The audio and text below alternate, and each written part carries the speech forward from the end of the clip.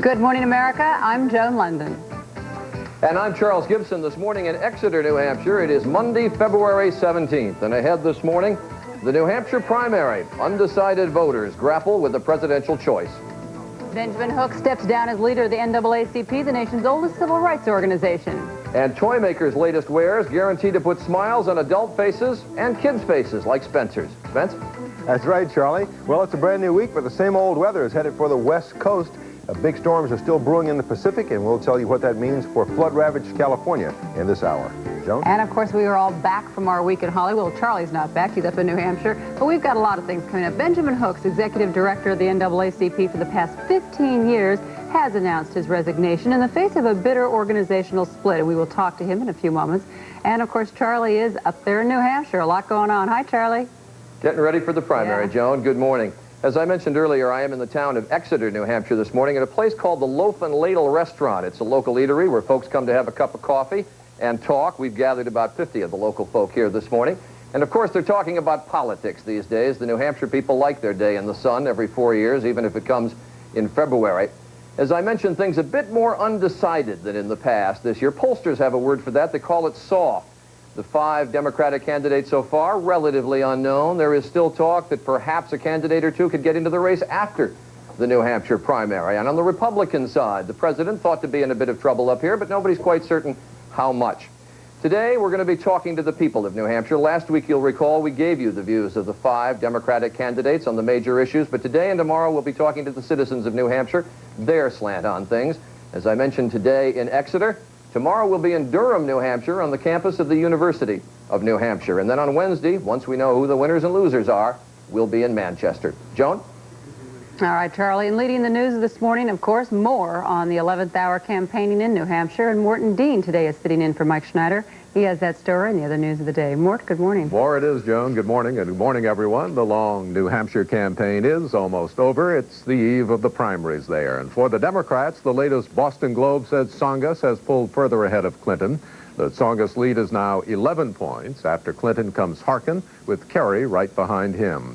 Former Governor Jerry Brown is further back, as is a write-in campaign for New York Governor Mario Cuomo.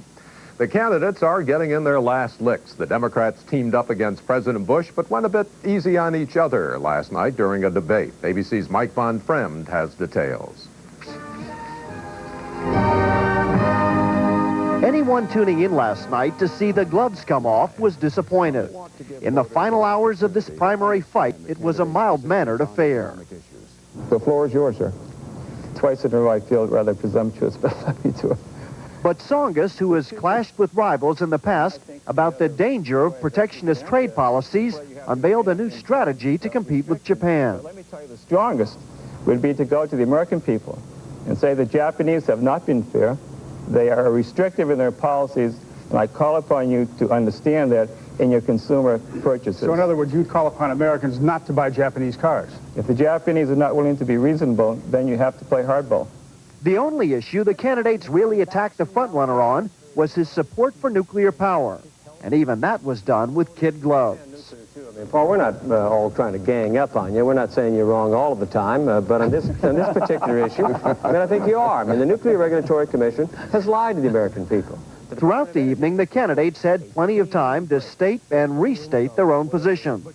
Bill Clinton, sensing unusual unity, remarked on how much they all agree on President Bush's lack of attention to the environment. I don't know if we're going to make any news tonight or not, but I think we just all said something that we ought to say together right now. Is that an amen from all of you, or what? Yeah, we agree on a climate treaty. All along, Tsongas has refused to engage in negative campaigning, and staying above the fray may have helped make him the front runner. So if the message from the voters is that nice guys are going to finish first, the rest of the field wants to show they can be nice guys too, at least for the moment. Mort? Mike, and I guess one of the big questions is how many of the guys will be left in the campaign after New Hampshire? Do you think that some will be dropping out? Well, Jerry Brown, who's forecast to finish last, says all he needs is a few airline tickets and he'll stay in the race. But anyone who comes in fourth, whoever comes in fourth, is probably going to have to drop out because it's very expensive to continue on through Super Tuesday. As you mentioned, though, maybe someone will be dropping in if Mario Cuomo does well in that write-in effort. All right, thank you, Mike. Mike Von Fremd in New Hampshire. And as for the Republicans, there are a few doubts that President Bush will take New Hampshire tomorrow. But there is a question about what his margin of victory will be. Challenger Patrick Buchanan appears to be making some headway by hitting the president where it hurts, right in the ailing economy. President Bush is fighting back by saying he's got what Buchanan does not have, and that is experience. It's one thing to make campaign rhetoric, and it's another thing to get your sleeves rolled up and trying to support the president in getting it done. And that's my point to the voters in New Hampshire. I think what we have here with Mr. Bush and his tax plan is a classical example of the bait and switch. Mr. Bush is running a sting operation on the people of New Hampshire, and he's not going to get away with it a second time. The Boston Globe poll gives President Bush a roughly 2-to-1 lead over Buchanan. The poll was done on Friday and Saturday. There were artillery battles today in South Lebanon between Arab guerrillas and Israeli forces. The fighting is the latest escalation in confrontations that began early on Saturday when 3 sleeping Israeli soldiers were killed. ABC's Dean Reynolds has details. Israeli soldiers this morning were inspecting a crater left by a Katyusha rocket that landed near this country's northern border with Lebanon. Several rockets, none of which caused any damage according to the Israelis, were fired from Arab guerrilla bases in Lebanon. The Katyusha assault came less than 24 hours after Israeli helicopter gunships attacked and killed Lebanese cleric Abbas Moussaoui. The 39-year-old Moussaoui had just finished a speech to his supporters yesterday and was returning home when his convoy was attacked. He was the leader of the militant Islamic organization Hezbollah, implicated in the suicide bombing of the U.S. Marine base in Beirut in 1983. In the taking of Western hostages in Lebanon, and in repeated but mostly unsuccessful attacks on Israeli forces controlling southern Lebanon. I think hitting a terrorist organization and Abbas Moussaoui, whose hands are bloodied with the blood of Israeli soldiers, of American Marines, I think hitting him at any time turns out to be a good time. This recent cycle of violence began Saturday with the murders of 3 Israeli soldiers, an incident believed to be the work of Palestinians. That attack left most Israelis badly shaken. Hitting Hezbollah may restore some Israeli pride, but it could also trigger a more dangerous round of eye-for-an-eye retaliations. The Israeli military this morning is on heightened alert, bracing for the next move. Dean Reynolds, ABC News, Tel Aviv. Finally, if you feel as if you're working more and playing less than you did before, you may be right. The new study by the research group, the Economic Policy Institute, says the average full-time worker in this country put in 140 more hours on the job in 1989 than in 1969. Why? The study says it's mainly to offset the rising cost of health care and the cost of housing. And that's the news, and Joan and Spencer are hard at work this morning. You bet, Mort. Last week, rain all week. Sunny California, we got there, it started raining. It rained all week, and now they have more rain. It's coming back, right? Yep. The same old pattern, a new week, but the same old weather story. So we'll take a look at how much we expect to fall today. Okay. Let me show you what's causing this steady flow of moisture off the Pacific. We take a look by way of satellite at the activity of weather patterns in the Pacific. We've still got this big, well, it's a new stationary low-pressure system up in the North Pacific Gulf of Alaska, and that's pumping moisture around this way into the west coast. Another storm assisting the flow from way out in the Pacific towards the west coast. And that means wave after wave of moisture pushing into Washington State, Oregon, and northern and central California this time, likely to get more rainfall than southern California. So from Astoria, Oregon down to Santa Rosa, California, look for about 1 to 2 inches of rainfall today. From Mount Rainier down to Sierraville, there will be snowfall farther inland. We're looking for 1 to 2 inches of rainfall, 1 to 2 feet of snow. That's 1 to 2 feet. And the possibility of mudslides exists again today as the soil out there is just saturated and will get even wetter as the day goes on. Farther inland, look for light snow developing over the central Rockies, reaching up into the northern plains. And violent thunderstorms have ripped through the lower Mississippi Valley this morning and will plague the entire Gulf Coast area throughout the day. That's a look at the national weather picture. Here's a look at the weather where you are. Good Monday morning, everybody. I'm Channel 5 meteorologist Rick Mitchell. Your 5cast calls for periods of rain today. We may even hear some thunder. A high temperature in the upper 40s. Winds from the southeast 10 to 20 miles per hour and gusty. And coming up in my next weather report, clouds shroud the satellite photographs in the next half hour. Joan? All right, thank you, Spencer. Right now, 9 minutes after, amid reports that the nation's oldest civil rights organization is divided over internal rules, Benjamin Hooks announced over the weekend that he will retire from the NAACP at the end of his current term. And Benjamin Hooks has been the executive director of the NAACP for 15 years. He joins us this morning from WJZ in Baltimore, Maryland. And good morning, sir. Nice to have you here. Good morning. Thank you. I'm glad to be here. Your name has really become synonymous with the NAACP for so many years. What made you decide to retire now? Well, first of all, I'm 67. I've been there 15 years, 18 20-hour days, 7 days a week. 15 years is a long, long time. I've given some thought to it, and I decided to retire and to give the board a lead time to find a successor. I announced my retirement a year in advance. Of course, it comes amid all these other reports of the turmoil within your organization, and much of it over the issue of limits for officers. And it was announced over the weekend that a number of long-term officers, like Julian Bond and National President Hazel Dukes, were denied re-election. Does this whole angry debate have anything to do with your decision? No, actually, there has been some dispute within the board. I suppose it's normal to have disputes within the board. As the executive director, so far as my official position is concerned, I've tried to remain aloof from it because that's not really my job. But there's no question that there's some problems, and I hope they will soon be worked out. But that's just a coincidence. Yes, well, what happened, my decision to retire was based on the fact I want to go back to my church work. There's a book I want to write. There's some lecturing I want to do. There's some real hard questions in America. There's a movement by certain black people to go back to what they call self-segregation. There's a movement by white people to move this nation backward. The Supreme Court has gotten worse and worse. We've got a timid Congress and a president who has not led us as he should have. And I think I can do more now at this stage of my life by moving around lecturing and not being tied down with money raising and administration. Well, that's interesting. You're talking about all these changes that have taken place over the 15 years that you've been there. And when you first became executive director, I think it was 1977, the organization was really almost criticized a little bit for being, too conservative, relying too much on lobbying and litigation in order to obtain change. Now, today, there's some criticism of the organization being too liberal, that it's out of step with mainstream black America. Would you say that that's a fair assessment? Well, I think both assessments were rather stupid. NAACP has been the forefront of the fight for 83 years. We have been and we are the leader.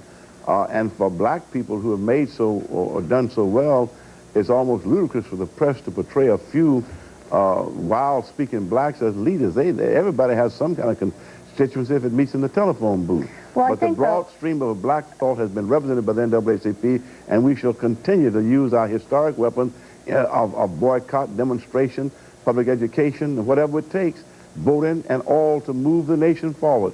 We've been very successful, and we shall stick with that program. I think that what they point to are specific incidents like when the NAACP opposed the nomination of Clarence Thomas, when the majority of black Americans, when they were polled, were behind him, and so that they saw that discrepancy. But I think if you look at it, the majority of black people in this country wanted to see a black on the Supreme Court when Mr. Marshall resigned. That's normal and understandable. The majority of black people did not know Clarence Thomas.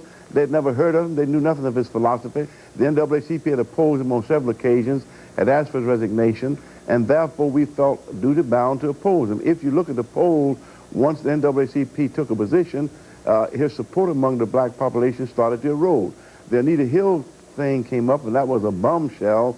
It created a lot of questions all over the nation among black and white, and the major issue was lost sight of in terms of his philosophy and where he stood. We make no apology, and we wish now Judge Thomas no harm, but I think as he moves along, we'll understand whether or not we were right or wrong. But the NAACP is not about trying to win popularity contests. Yeah. There were those who told us don't go for school integration. There were those who told us don't go for this, don't go for that. But we have moved forward because we believe that this country, with all of its multiple pluralism, ought to be a country that affords equality to everyone, black, white, yellow, red, brown, and we're going to move forward in that philosophical vein. And this country, of course, has got a national presidential election starting now. Will race play a role in it? Yes, the NAACP does not take positions in a partisan sense. However, we do engage in mammoth voter registration drives. Just before the David Duke situation in Louisiana, we spent a great deal of money registering black voters, and then we spent an equally large amount getting them out on election day. Of course, the results are obvious. They did not vote for David Duke. Yeah. And even though 55% of the white population did vote for him, It was that huge black vote that defeated him. In the presidential election, we are busy now all over this country, and particularly where a large concentration of blacks live, in voter registration campaigns, and you can believe we're going to be active trying to impact on the platform and the philosophy and the programs of whoever it is that runs for the presidency in November of 1992. Benjamin Hooks, thank you for being here this morning. Thank you very much. It is 19 minutes after the countdown to the nation's first presidential primary. Preview when Good Morning America continues.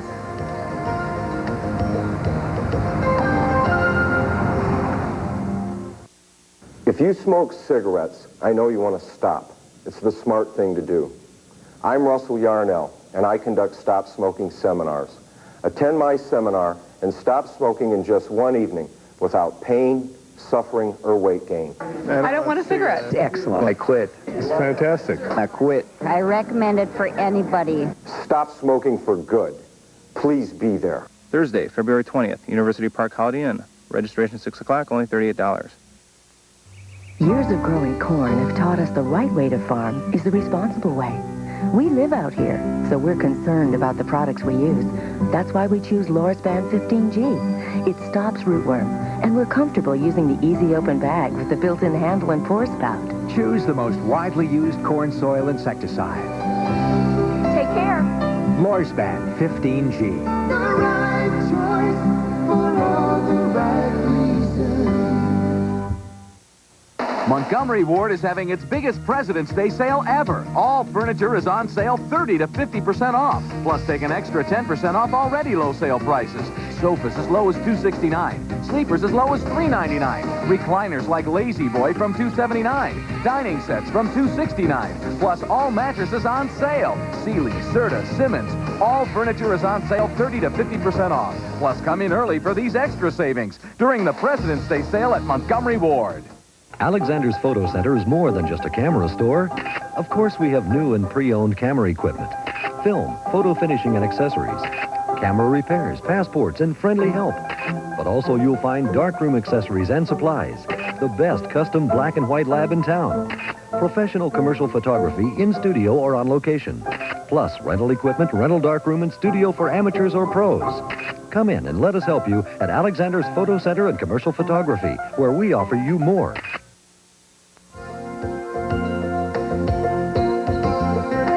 From boomtown to bust, how the recession did in one New Hampshire city in our next half hour. And it's now 17 minutes after the hour. Back to Exeter, New Hampshire, our home for the morning. A lot of people grouse that New Hampshire's a lousy place to start a political season. It's too small, not representative of anything but itself. But this time, with its shattered economy, New Hampshire is a kind of microcosm of the economic problems of the nation, and certainly the candidates are talking about the economy. Here to talk with us about how the candidates stand this morning, two longtime political observers. William Bennett is with us, who served in the cabinet of both the Reagan and Bush administrations. And Chris Matthews is here as well. He was a former aide to the Democratic House leadership, now Washington bureau chief for the San Francisco Examiner. Good to see you. Nice to have you up here. Morning, John. Complete poll turnaround on the Democratic side in the last 2 weeks. Right. Clinton was up, now he's down. Tsongas was down, now he's up. Why have things turned around? Jennifer Flowers and the Vietnam War. I think most people assume that Governor Clinton probably spent more time with Jennifer Flowers than he did in Vietnam. And I think that it's they're worried about it. They're worried about both. They're worried about honesty and integrity. That's what I think they're worried about. When you ask people in the street, what do you care about in a president, they say honesty. Then is Tsongas winning the support, or is Clinton losing it? Both. I think he's the hometown favorite, so he had a base to play off of. But I basically think he's the un-Clinton. He's the guy that you think of, God, he's honest. The first thing you see on Tsongas' face is honesty. You also see, the results of a very bad health problem. I mean, the guy looks like he's had a hard time the last 10 years. And so I think you have to choose between strength and honesty, and it's a very tough choice for a lot of people. Richard Nixon on this broadcast a couple of weeks ago said if Bill Clinton loses in New Hampshire, his campaign will fall apart, he'll be gone. Do you agree? No, I don't agree. I think Clinton will come back in the South, and I think that he will come in a very close second here tomorrow, and I think he'll get a lot of good press for coming in close. It's basically like, it's not a race, it's the ever-ready battery commercial, These little guys beating their drums, Who's going to stop beating their drum last? So you just sort of keep going and going and going. I think Clinton won't quit. Bill Bennett on the Republican side, everyone keeps telling me that Pat Buchanan has had a great campaign up here, that he can wound George Bush. Can he? Yeah, sure he can. I think he already has. He's been on offense, and that's one of the key rules in politics. Be on offense, don't play defense.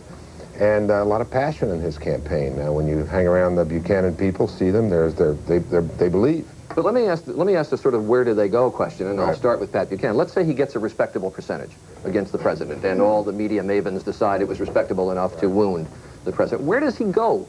Well, he moves on. I don't think he gets to be the nominee of the party. I don't think there's much question about that. I think that's going to be George Bush. But he's whacking pretty hard at President Bush, and he can weaken him for the big race. Gene McCarthy wounded Lyndon Johnson back many years ago, and then Bobby Kennedy stepped in. There is nobody to step in this time. No, nobody's going to step in, and George Bush isn't going to step out. And George Bush is a tough campaigner, and we know that. And we haven't seen the best from George Bush yet. But right now, Pat Buchanan's on offense, George Bush is on defense, and that's good news for the Democrats if they can get their act together. Big if Paul Tsongas wins here, where does he go with Well, that? they all have to go south, basically. On March 3rd, that's right. I think Bill Clinton is going to survive this very difficult time in his life, and I think people are going to go with strength. I mean, I've interviewed people all day yesterday. What do you care most about in the president? They all say honesty, but you know what? That isn't the honest answer. The honest answer is what you most want in a president is strength. You want somebody to take care of you. You want security. People are scared of this economy right now, and they want somebody that looks like they can handle it. Press writing and talking about some other Democrat getting into the race, perhaps after New Hampshire. Is it too late? Can somebody get in? Will somebody get in? It's too late for the crowd that's waiting. They're all middleweights. There are no heavyweights in waiting. I think Mario Cuomo would be the worst candidate in this race because if you've watched the polls the last couple of months, what the voters in the Democratic primaries are really saying is we want a relatively conservative candidate. And when they got upset with Clinton for a while, they went over to Tsongas, another relatively conservative candidate. Clearly, they've made that judgment. They don't want Harkin. They don't want a liberal or Jerry Brown. They want a relatively conservative guy. Cuomo doesn't fit that bill. Cuomo is an out-and-out raging liberal, and I don't think he's the candidate for this year.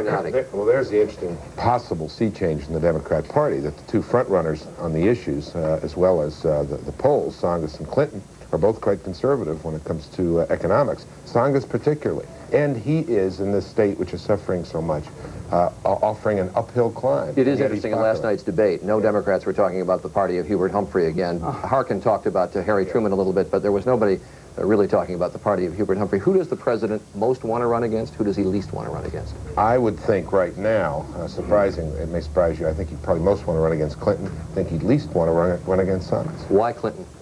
Because I don't think Clinton will last. I think he's got breathing room, but I think he's got this problem of credibility. And why least against Tsongas? Because Tsongas you're not going to be able to bash this guy as a welfare state liberal. He is certainly not a welfare state liberal. Sounds pretty conservative on economics. I suppose on the social issues they'll try to argue against him, but he's an attractive and interesting guy. 5 seconds for prediction. Who wins tomorrow? I think Buchanan's going to put on a dynamite show. If he gets over 35, he wins. I think he'll get as much as 40. I think the Democrats will be a close finish. Tsongas, Clinton, real. Check out Menard's hardware department for big brand name savings. Add more life to your car with Haviland Formula 3 motor oil. Choose 10W30 or 10W40. Now just 79 cents per quart after mail-in rebate. And Piranha saw blades and Scorpion or Bullet bit sets from Black & Decker are now 25% off our everyday low prices. This Black & Decker glue gun is just $6.99. Discover brand name savings at Menards. Save big money at Menards. Who's won 100 grand playing Iowa's $100,000 cash game? Freddie Barron, good old Ottumwa, Iowa, and I won $100,000. I'm going to invest it in I run a wrecker service in Ottumwa, and I'm going to invest it in update my truck and buy a flatbed truck. If I can win it, anybody can. I love Iowa, $100,000 cash game. Thank you. Iowa's $100,000 cash game. Mighty good. Best Buy and Packard Bell are turning the computer industry on its ear with low prices on 3 powerful new 386SX computers. This one has an 85 meg hard drive, not 1 but 2 meg memory, and Lotus Works for just $897. For added on, get this system with 107 meg hard drive, 2 meg memory, modem, Windows, and Prodigy, all for $1096. Get top power with a 130 meg system loaded with 4 meg memory, modem, Lotus 123, Windows, and more, all for $1298. Powerful 386SX computers. Get them for less at Best Buy.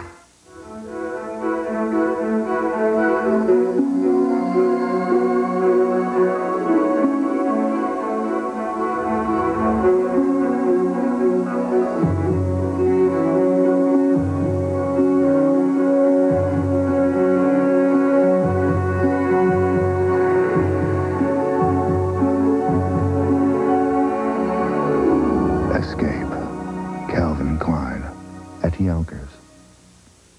This is a Channel 5 News Update.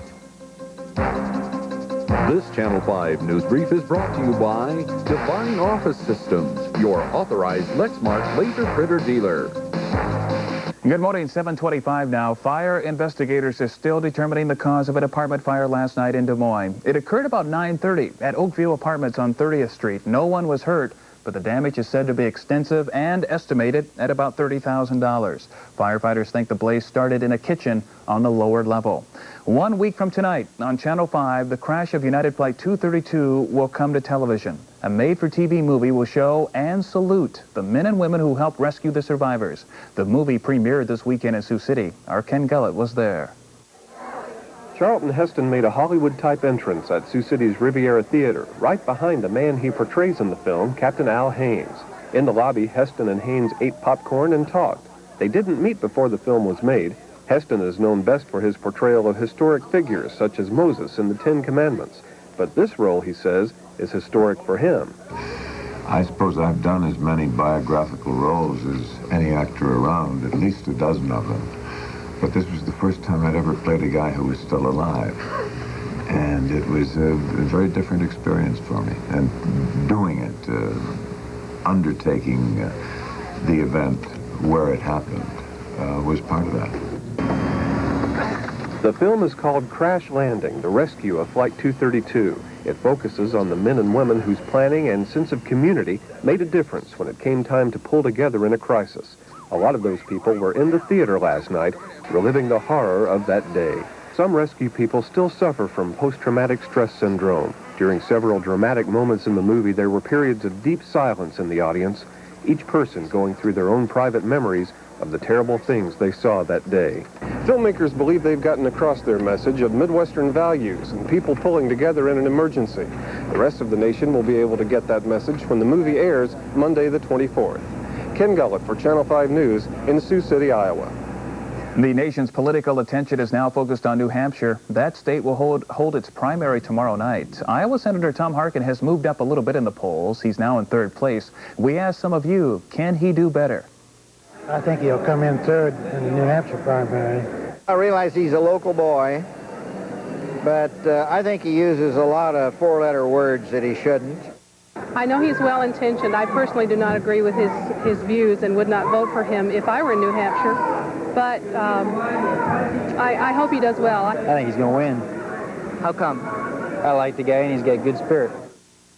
Of course, we'll find out tomorrow night from New Hampshire. Of course, first we have to get through today, and it sounds like a soggy Monday. That's right. We have rain moving into the area. We'll show you exactly where it is with Channel 5 radar in 30 seconds. The IBM Laser Printer 10 prints graphics 45% faster than the leading laser printer. Which printer would you rather use in a crunch? The new IBM laser printers put you pages ahead. The IBM Laser Printer 10 can print 700 pages without reloading. 3 times more than the leading laser printer. They just don't stack up. See the Lexmark laser printers at Divine Office Systems, 1326 Walnut, Des Moines. It is mild and still dry this morning in central Iowa, but that's going to be changing shortly. Right now, a cloudy sky, 39 degrees in Des Moines, cloudy, and 37 in Ames. Channel 5 radar is showing a large area of mainly light to moderate rain has spread from portions of northern Missouri on into sections of central Iowa. I'll get it out here sooner or later. It's continuing to spread off to the north-northeast at about 40 miles an hour. We can anticipate rain throughout most of the heartland, but in the colder air, some snow. That snow could work into here later on tonight. Your 5cast for this Monday morning, periods of rain, maybe even some thunder. A high today of 48, southeast winds 10 to 20 miles per hour. Tonight, rain mixing with wet snow, low temperature of 33, and tomorrow, snow will be ending. 1 to 2 slushy inches are possible, a high of 39. Dry weather Wednesday and Thursday, temperatures mostly in the 40s. There's those temperatures we're used to, 40s. We'll take those any day of the week. You bet. That's our news for now. Thanks for letting Channel 5 keep you in touch. Join us again at 8:25 for more Iowa news and weather. Stay tuned to Channel 5. Good Morning America continues.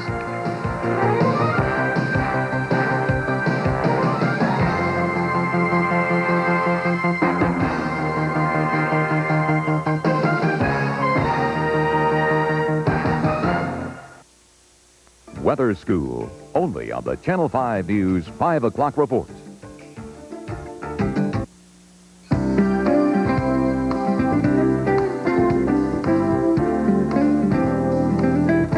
Hi, I'm Hal Stoddard, Portsmouth, New Hampshire. Good morning, America. And hi, I'm Charles Gibson. It is Monday, February 17th, and I'm about 12 miles from where that gentleman's boat is berthed. I am this morning in Exeter, New Hampshire, at a place called the Loaf and Ladle Restaurant, sort of a prototypical restaurant, bakery, coffee shop where folks come to talk politics, and we've gathered some of the local citizens here, and we'll be talking to them in our 8 o'clock half hour. You know by now the 5 major Democratic presidential candidates, and you know the major 2 Republican candidates, but did you know that on the ballot in all, in New Hampshire, will be 25 Republicans and 36 Democrats. Even you at home could run for president in this state if you were willing to come up with the $1,000 filing fee. A lot of people have come up with that fee, and Steve Fox in this half hour will be taking a look at some of the fringe candidates on the ballot in New Hampshire. That's from here. Joan's back in New York. Joan, good morning. Good morning, Charlie. Also ahead, if you're looking for just plain fun, we have all kinds of toys to show you, some of the newest ones to go on the market. But first, Morton Dean is sitting in for Mike Schneider, and he has the news for us today. Mort, good morning. Good morning, Joan. Good morning, everyone. Israeli-backed forces and Arab guerrillas are caught up in a new round of military battles in South Lebanon. The violence has escalated since Friday when 3 sleeping Israeli soldiers were killed in an attack by Arab guerrillas. Israel retaliated with airstrikes against guerrilla bases in southern Lebanon and a deadly attack on a motorcade. The motorcade turned out to be carrying the head of the Hezbollah party in Lebanon. Sheikh Abbas Massawi was killed along with his wife, 6-year-old son, and 5 bodyguards. All of the major candidates were campaigning in New Hampshire over the weekend. President Bush gave voters a chance to ask questions of him directly. He defended himself against sharp criticism from his Republican rival, Pat Buchanan.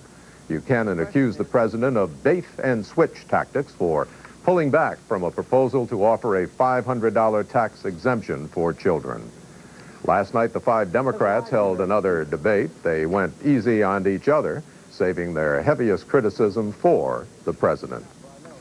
Voters have heard just about all the arguments and all the attacks from both the Democrats and the Republicans. ABC's Cokie Roberts has heard all that, too. She's been watching the campaigns, and she joins us now live from Manchester, New Hampshire. Cokie, expect any surprises tomorrow?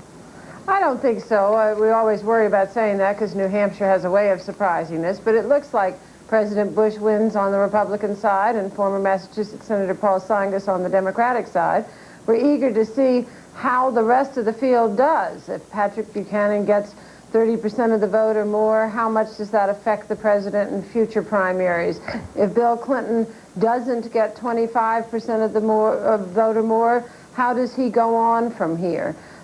Who comes in third on the Democratic side? Tom Harkin and Bob Kerrey have been running neck and neck in the polls. Whoever doesn't come in third is likely to drop out. So we're looking at the whole field, not just the top of the ticket.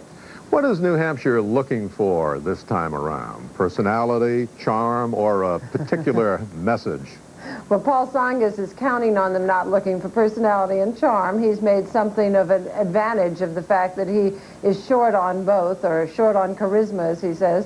What they're looking for is jobs. The unemployment rate here is high. The people here are highly skilled, highly educated, and they never expected to be out of work. And they really are overwhelmed by it and very angry about it and looking for someone who will tell them the truth, get them back to work, and that seems to be Tsongas's appeal. It'll be interesting to see if he can carry it on beyond here. It sure will. And Cokie, we'll be talking with you again tomorrow. Cokie Roberts reporting from New Hampshire. And finally, it was an emotional afternoon at the Los Angeles Forum yesterday.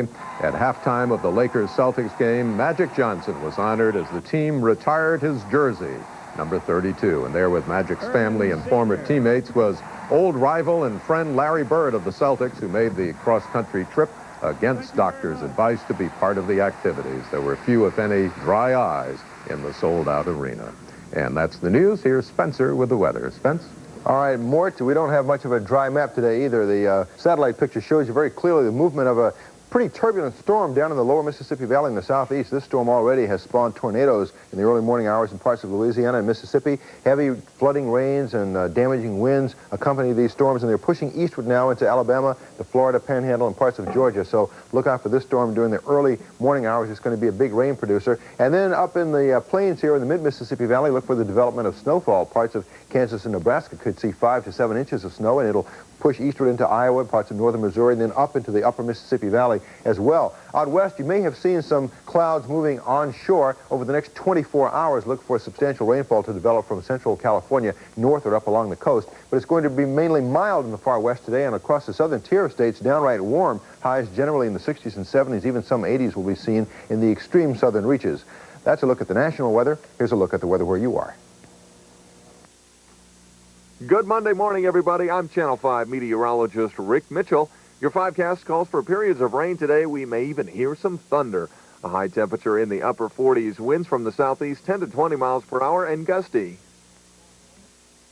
And this weather report has been brought to you by Carnival Cruise Lines. It's now 36 past the hour. Lesser-known presidential candidates who are also off and running when Good Morning America continues. If you're looking for a great vacation value, call Carlson Travel Network and take off on a Carnival cruise. Almost everything's included. A wide choice of daytime fun and nighttime entertainment. Delicious food, great service, plus alluring tropical ports of call. Even your airfare's included. A terrific 3-, 4-, or 7-day vacation at one low price. To book your Carnival cruise, call any Carlson Travel Network location or 1-800-CARLSON. The Easy Spirit Color Playoffs. The Golds versus the Patents. Feels like a sneaker. The Easy Spirit Shock Blocker Pumps. There really is a sneaker inside these little pumps. Ordinary pickles are cooked and limp. Not Clausen. They're packed fresh and stored cold. So they're always crisp and delicious. Taste the difference. Cold, crisp, Clausen. Mariel, you're amazing. Oh, JP, stop it. No, really, you get to play so many people, yet you're always you. Well, I do get a lot of help from a terrific hairstylist, I trust. We all know how important that is. The thing I love is he doesn't make me just look good for the moment. He really takes care of my hair. I'll bet I know how he does that. Yes, of course. He only uses Paul Mitchell products, just like I do at home. Well, I won't argue with that, but I will say this. Yes, JP? I still think you're amazing. Paul Mitchell products are guaranteed only when purchased in fine salons.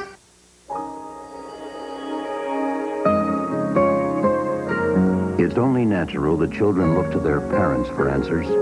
So to help you explain why some things that may be fine for adults aren't right for children, Anheuser-Busch offers Family Talk, free advice from professionals to use with your kids while they're still learning to be grown up. And their favorite teacher is you. Let's stop underage drinking before it starts. It is now 22 minutes before the hour. Well, if your scorecard shows just 5 Democrats running for president and 2 Republicans, then you probably need a bigger scorecard. Because what the people of New Hampshire know, but you in other states may not know, is that on the primary ballot in this state, there are literally dozens of presidential aspirants. And Steve Fox this morning will introduce you to some of these would-be White House occupants, the ones you don't know. You've had 4 years to George Herbert Walker Bush. The professional politicians have been hanging around New Hampshire for months now, debating each other, stumping for votes, and otherwise trying to get the attention of the beleaguered citizenry. But this year, a record number of regular folks are also running for president in New Hampshire because they can. What's your name? The state motto, in fact, is live free or die. It says so right in the license plates. And that freedom applies to politics as well. If you want to run for president in New Hampshire, you declare you're a candidate and pay a $1,000 entry fee. No nominating petitions, no party endorsements, nothing. $1,000 and you're in the race, which explains why there are 62 names on the primary ballot. In the past, we've had people with cans tied to their heads come in and dance, and hula dances, and Indian chiefs, Chief Burning Wood came in, that really weren't that involved with issues. And a lot of the minor candidates this year are very involved with issues. I'm a Democratic presidential candidate. One of the so-called fringe candidates this year is Bill Horrigan. Bill makes his living as a pilot for United Airlines, but recently he's been driving up to New Hampshire for a few days every week. Horrigan is one of 36 people campaigning for the Democratic presidential nomination. I really don't expect to get any votes. I'm embarrassed to even ask for votes. I still take this as people interpreting it as a personal campaign of mine. But all I really want is to make more people aware so that they can so that the awareness can spread. Horrigan figures he'll spend about $7,000 of his own money on his campaign, which is staffed entirely by volunteers. His platform has two major planks: the economy and the environment. My name is Dick Bosa.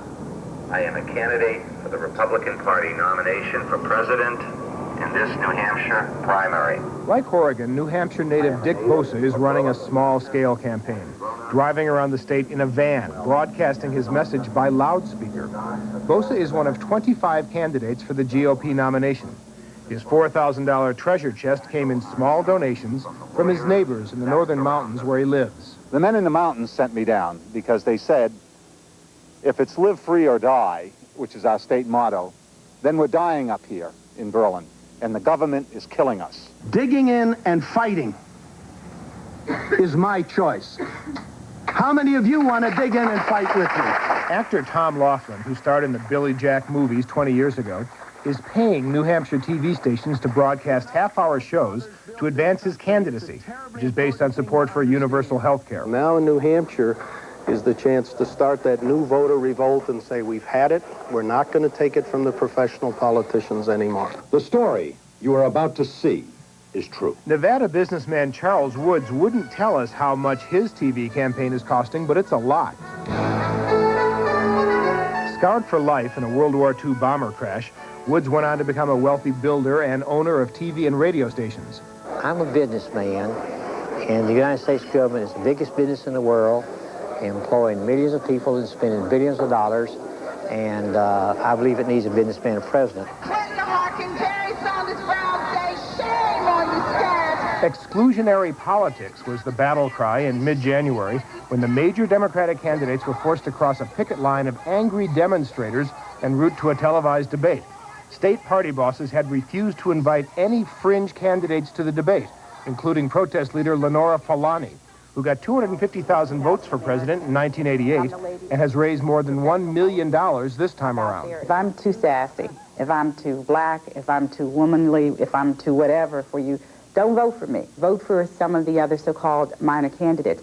But don't give our votes to people who keep spitting in our faces. That Let is the them know. professional politician. Oh, absolutely. That's what you're saying. Right. I think they're the assassins of America.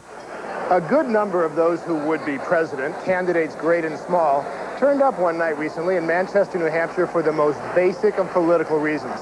The Chamber of Commerce was holding an awards dinner. 700 people were expected. The candidates had a captive audience. Good evening, Pat. How do you do? Pat Buchanan was the only big name who showed up, so the fringe candidates pretty much had the field to themselves. Sometimes they ended up buttonholing each other. We're all dark horse candidates here. Inventor Paul Fisher was there.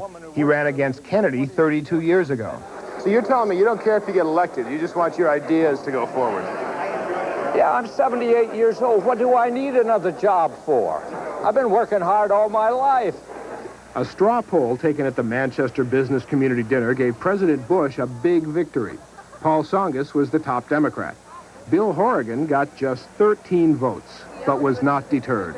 Will you quit? No, because I'm in this thing, and what if I just enlighten 200 more people in the next 3 weeks? That in itself is worth doing it. Thanks very much, Steve. Steve is not running, incidentally, although after that piece he's thinking about it. 17 minutes before the hour, what the toy buyers are looking at this year and you'll see in the toy stores next year. A change of pace when Good Morning America continues.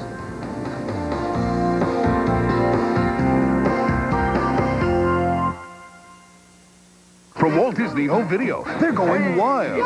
They're going crazy. And the Jungle Book cassettes are going fast. Soon, Disney will no longer be selling the Jungle Book, so buy it now before it's solid gone. What's good on toast? Nope, cholesterol. Calories. Nah, fat. Soupy. Yeah. Sous vide honey, the good taste that's good for you. With the uncertainty of today's real estate market, many would-be home buyers have adopted a wait-and-see attitude. Your Coldwell Banker agent, on the other hand, thinks it's time to wake up to the possibilities. Home prices may never be this affordable again. Interest rates may never be this attractive. Altogether, it's a great time to buy a home.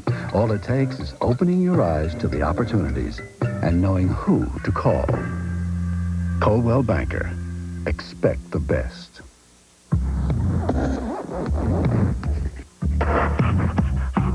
You got kids? You got germs.